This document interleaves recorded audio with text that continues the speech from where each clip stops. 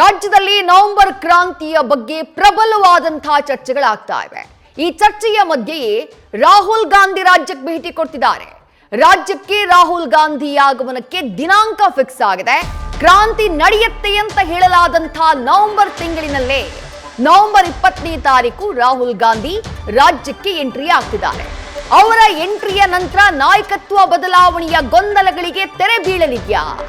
ರಾಹುಲ್ ಗಾಂಧಿ ಆಗಮನದತ್ತ ಕೈಪಾಳಿಯದ ಚಿತ್ತ ನೆಟ್ಟಿದೆ.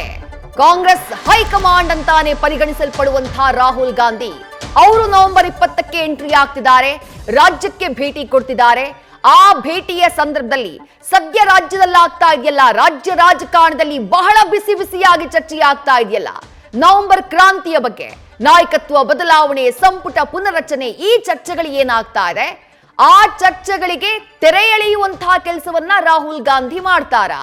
ಇದು ಸದ್ಯಕ್ಕಿರುವಂತಹ ಕುತೂಹಲ. ತೆರೆ ಎಳಿತಾರಾ ಅಥವಾ ಕ್ರಾಂತಿ ಮಾಡ್ಬಿಟ್ಟು ಹೋಗ್ತಾರಾ?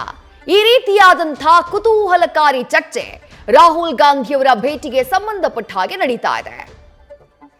ಮತ್ತಷ್ಟು ಡೀಟೇಲ್ಸ್ ನಮ್ಮ ಪ್ರತಿನಿಧಿ ಶಿವಪ್ರಸಾದ್ ನೀಡ್ತಾ ಹೋಗ್ತಾರೆ. ಶಿವಪ್ರಸಾದ್, ಬಿಹಾರ ರಿಸಲ್ಟ್ ನ ಮರುದಿನಾನೇ ಸಿದ್ದರಾಮಯ್ಯ ಅವರು ದೆಹಲಿಗೆ ಹೋಗೋದಕ್ಕೆ ಡೇಟ್ ಫಿಕ್ಸ್ ಆಗಿದೆ. ನವೆಂಬರ್ 15ನೇ ತಾರೀಕು, ನವೆಂಬರ್ 20ನೇ ತಾರೀಕು ರಾಹುಲ್ ಗಾಂಧಿ ರಾಜ್ಯಕ್ಕೆ ಆಗಮಿಸುತ್ತಿದ್ದಾರೆ.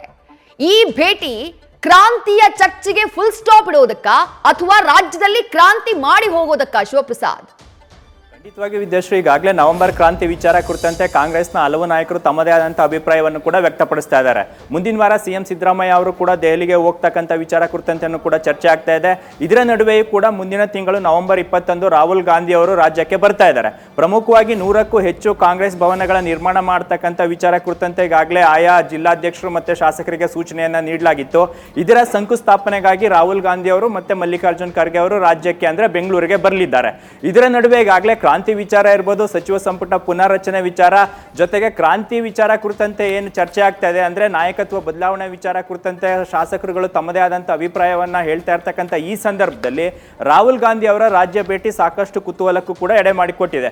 ಇನ್ನು ನಾಯಕತ್ವ ವಿಚಾರ ಕುರಿತಂತೆ ಏನಾದರೂ ಬದಲಾವಣೆ ಮಾಡಬೇಕು, ನವೆಂಬರ್ನೆಲ್ಲ ಏನಾದರೂ ಕರ್ನಾಟಕದಲ್ಲಿ ಕ್ರಾಂತಿ ಮಾಡಬೇಕು ಎಂಬತಕ್ಕಂಥ ಇಚ್ಛೆ ಏನಾದರೂ ರಾಹುಲ್ ಗಾಂಧಿ ಅವ್ರಿಗಿದ್ರೆ ಈ ಸಂದರ್ಭದಲ್ಲಿ ಕೆಲವು ಮುಂಚೂಣಿ ನಾಯಕರುಗಳು ಅಂದ್ರೆ ರಾಜ್ಯದಲ್ಲಿ ಇರ್ತಕ್ಕಂಥ ಕೆಲವು ಶಾಸಕರು ಮತ್ತೆ ಸಚಿವರ ಅಭಿಪ್ರಾಯವನ್ನು ಕೂಡ ಕೇಳ್ತಕ್ಕಂಥ ಸಾಧ್ಯತೆ ಇದೆ. ಹಾಗಾಗಿ ಕೆಲವೊಂದಿಷ್ಟು ನಾಯಕರ ಭೇಟಿಗೂ ಕೂಡ ರಾಹುಲ್ ಗಾಂಧಿ ಅವರು ಮನಸ್ಸು ಮಾಡಿದ್ದಾರೆ ಎಂಬತಕ್ಕಂಥ ಮಾಹಿತಿ ಲಭ್ಯವಾಗ್ತಾ ಇದೆ.